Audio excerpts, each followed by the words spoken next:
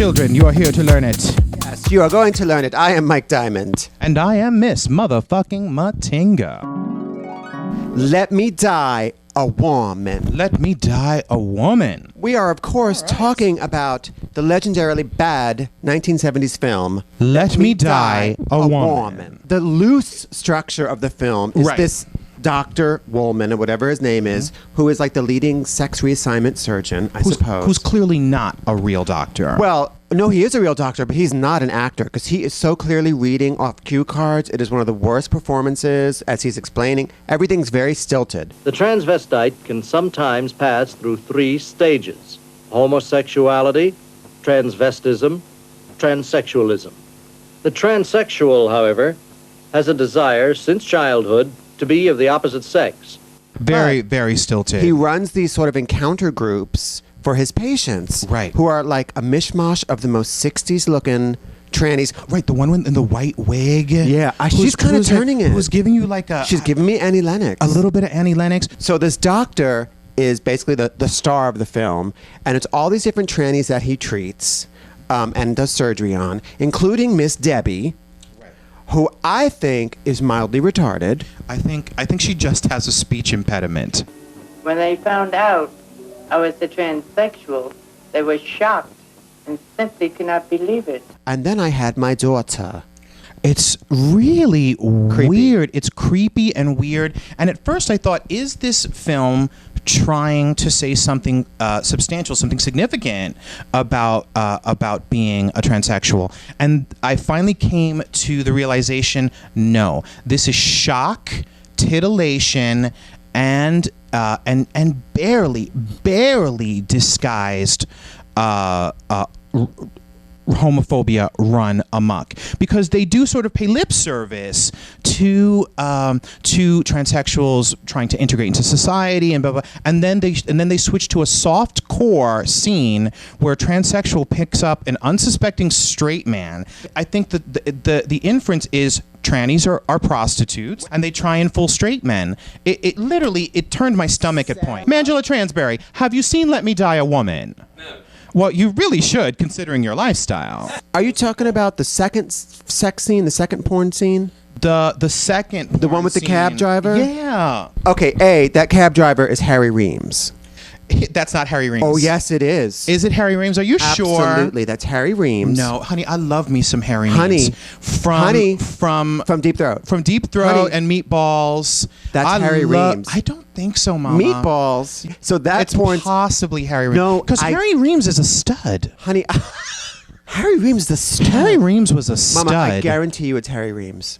Okay. I absolutely guarantee you. I would have loved to see his erect penis in that, because he's fabulous. Thanks, lady. So this transsexual who just had her surgery and can't wait to get her pussy worked picks up the cab driver, who's Harry Reams, and has him do her, and then has to go back to the hospital because her new pussy be bleeding. Because her pussy gets ripped open and is bleeding. And we've all been there. Right. Oh, and by the way, like ugly tranny penis, like shrunken and weird and dark and nasty. Well, really nasty. Like, you know, I think something about the hormones must do something to you. Like, do what you're gonna do, but I'm not sure. Do you? But I was too through. As a result of her sex impatience, when Rhoda called the hospital, she was told to return. She did, and spent the next 2 weeks recovering from another operation to repair the damage that had been done to her new vagina. And then he comes back and tells this very pat story about how if you're a transsexual, you must wear a dildo type device. Oh, and then have retarded Debbie stick a dildo inside of herself on camera. For up to 6 months, so that the passage that's been created does not close up. But really, my girls tell me all you really need is a Vaseline cork. It's true. And so, but then he tells this story and then shows it. Trying to educate the kids. And that's what is so exploitive about the film. Like, the film has a darker intent. Like, it's trying to do too many things at once. Oh, it's too many things, girl. Too many things at once, Gurrrl. No Gurrrl. But not really succeeding in any of them. Not succeeding in any way. Now, mind you, I do want to preface this by saying that the thing is Highly watchable. Highly watchable. In a disgusting way. Entertaining and entertaining, and it held me, and at the same time it repelled me, made me feel slightly uncomfortable, and there were beats of horror, like horror beats as well. They're trying to scare you a little. Now, this is Steve, a male transsexual who has not had the operation and is working as an automobile mechanic in order to accumulate sufficient money for the sex change operation. I bet you, if any transsexual sits down to watch Let Me Die a Woman, would be left aghast and could see through the very trite attempts at them trying to say, oh yeah, these people are la la la la, and with trying to integrate into society, and would see straight through it to the strange misogyny of let's put these freaks on display.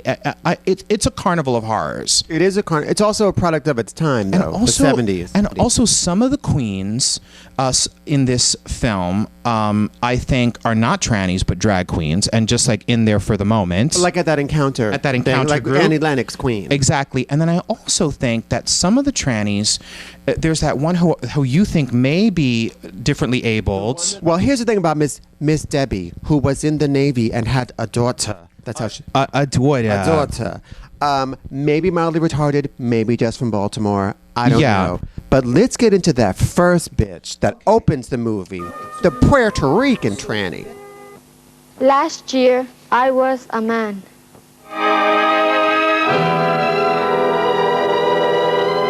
She's pretty. She looks real. She's completely She's got that sassy bob. She's got a short, sassy bob. If you look at her long enough, eventually... And she has a very feminine voice. And a very, very, very feminine voice. And she looks very real.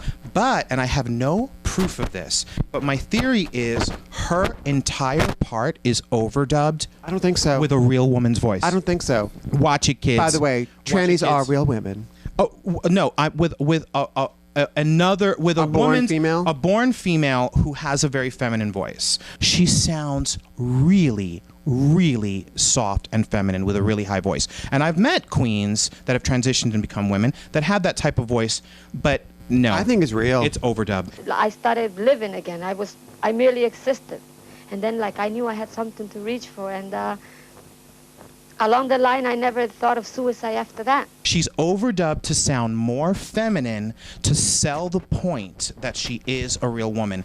It is overdubbing. I don't know. It's overdubbing. If that's a voiceover, it's damn good because she's giving you the actual emotion that this person is speaking. How does it rate against other films about transsexualism? As a weird cult film, it's at the top. It's fucking great. Because it's some crazy car crash bullshit. Yeah, you need to see it.